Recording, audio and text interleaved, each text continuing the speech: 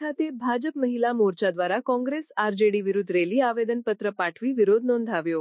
બિહારમાં તાજેતરમાં યોજાયેલી એક રેલીમાં કોંગ્રેસના રાહુલ ગાંધી અને આરજેડીના તેજસ્વી યાદવે વડાપ્રધાન નરેન્દ્ર મોદી વિશે તેમજ તેમના માતૃશ્રી વિશે અભદ્ર ટિપ્પણીનો ઉપયોગ કરતા તેના ઘેરા પ્રત્યાઘાત સમગ્ર દેશમાં પડ્યા છે, જેના વિરોધમાં ડભોઈ શહેર તાલુકા મહિલા મોરચા દ્વારા એપીએમસી મેદાન ખાતેથી રેલી કાઢી તેનો વિરોધ કરી મામલતદારને આવેદનપત્ર પાઠવવામાં આવ્યું હતું।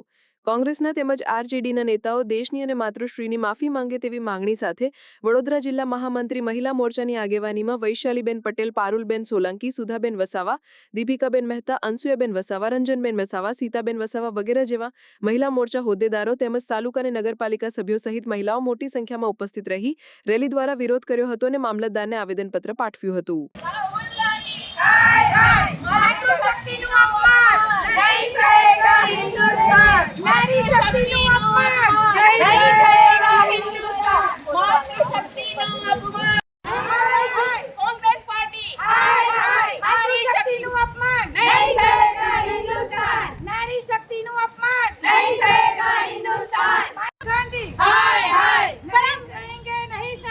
मातृशक्ति नो अपमान नहीं सहेंगे।